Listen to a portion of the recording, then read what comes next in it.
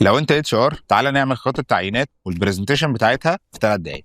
هنا انا طلبت من جيميناي يعمل لي خطه تعيينات للشركه. طبعا لو في تفاصيل كتيره هبدا اديها له واقول له دي التفاصيل بتاعتي، ايه الاقسام اللي عندي، ايه الحاجات اللي انا محتاج اراعيها. هنا اداني الخطه كامله. هنا الخطه بتاعتي هاخدها كوبي واجي على جاما اقول له واكتب له التكست بتاعي. هنا يقول لي ليك 10 سلايدز بس. هاجي تحت اقول له edit البرومبت. هنا برضو هيليمت ده ل 10 سلايدز بس. نقول له جنريت ونقعد نتفرج على جاما وهو بيعمل البرزنتيشن بتاعتي، بيحط العناوين، بيحط التكست، بيحط الصور، وبينسق البرزنتيشن بالكامل. كده البرزنتيشن بتاعتي جاهزه، خلصها في اقل من دقيقتين، شامله العناوين، تكست، الصور، حتى الصور دي جنريتد اي جنريتد، والتنسيق بتاعها مناسب.